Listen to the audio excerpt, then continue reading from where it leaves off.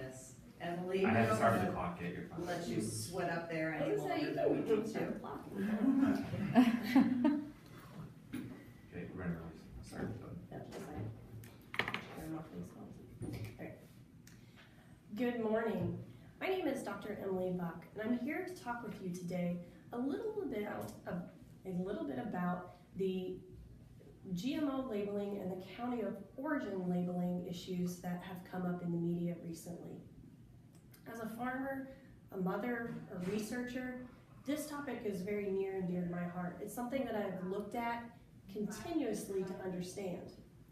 I think it's very important for us to look at labeling and come up, and to understand that if we have too many labels on our food, we're going to get overwhelmed.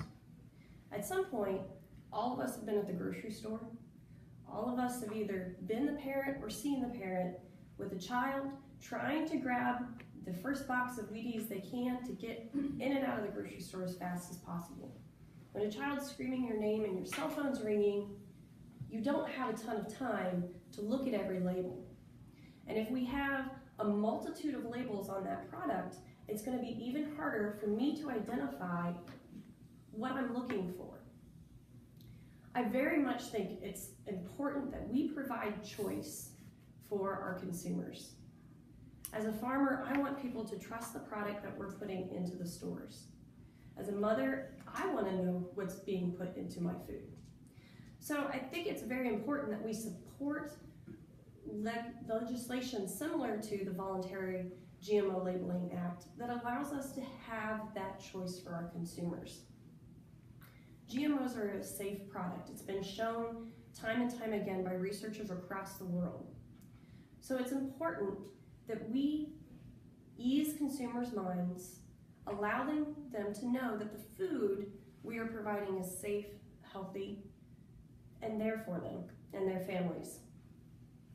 Recently, we have this new issue of the county of origin labeling that has come out. If we add another label, we're just going to continue to confuse our consumers.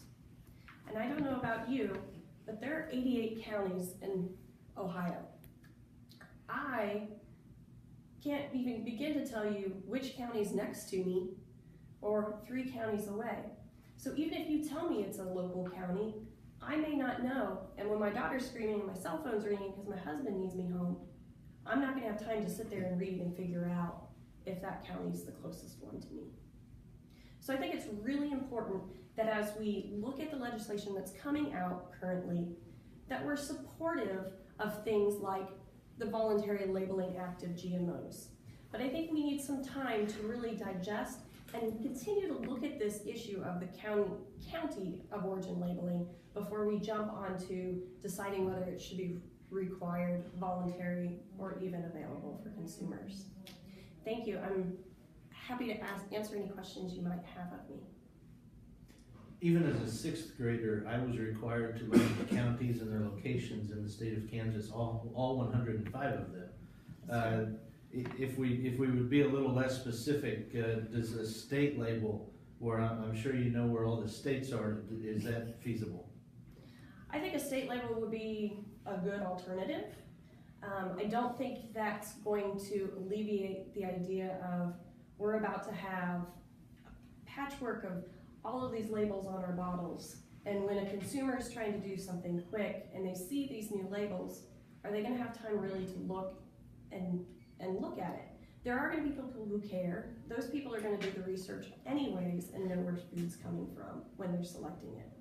In terms of knowing our counties, I knew all of the counties at one point too, but then adulthood kicked in, and as I said, I'm actually a professor, so schooling kicked in, and some of that knowledge goes to the back, and we just, in the heat of the moment, sometimes you just can't remember. Yes. So you're in support of state labeling? I didn't necessarily say I'm in support of state labeling. What I'm in support of is this voluntary labeling of GMO foods. The idea, this added idea of state labeling, I think is an intriguing idea, and one that we need to look at a little bit more before we make a stance on whether we're for it or against it. But I think the big issue for me is this voluntarily labeling of our GMOs. If you're here with the American Farm Bureau on a media tour, you've been here for 3 days. American Farm Bureau doesn't have a position. I mean, they wouldn't bring you up to New York City to talk to us at the press without having a position on this issue. American Farm Bureau has taken the stance of agreeing with country of origin labeling. I think this idea of county of origin labeling is still very new. And so Farm Bureau hasn't taken a stance one way or the other in terms of this county idea. Are you talking about country of origin labeling, or are you talking about GMO labeling? I am more interested in GMO labeling. Is that why you're here? Yes.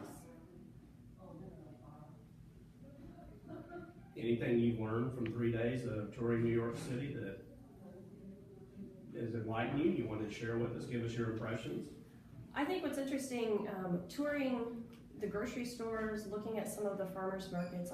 I'm from a very large city in Ohio. My farm sits right outside of Columbus with multiple millions of people going through those grocery stores every day. So what I saw in New York was somewhat very similar to what we see in Ohio, but I've noticed that the consumers here are even more interested in their food, where it comes from, who it's coming from. And so I understand the concern of wanting to know, what is a GMO, is it safe for my family, and what products have it and what products don't. So why not make it mandatory instead of voluntary? I think if we make it voluntary, we're giving the businesses the choice. And to be honest, I've researched a lot of marketing and communications, and no company in today's society is not going to put a non-GMO label on their food if it's non-GMO. And isn't that essentially labeling all of the products?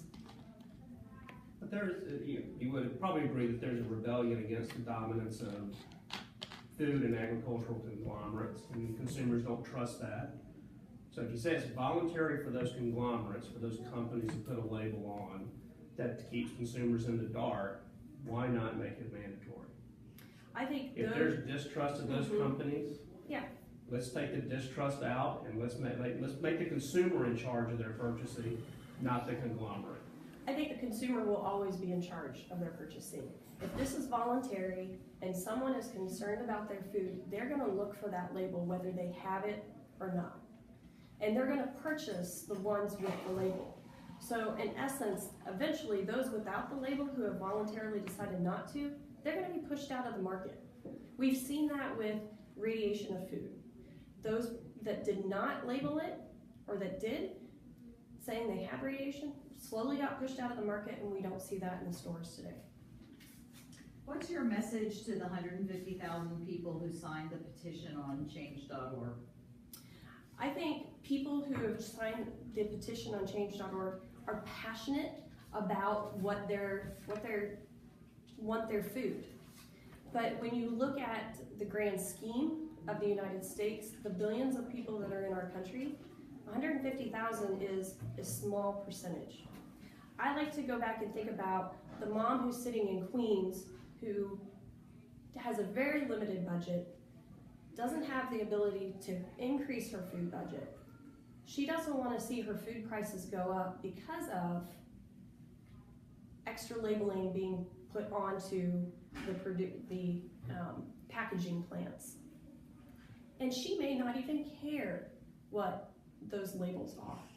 So we tend to, in society, see a surge of interest from smaller populations, but when you look at the larger population, that may not be as of interest to them. Time.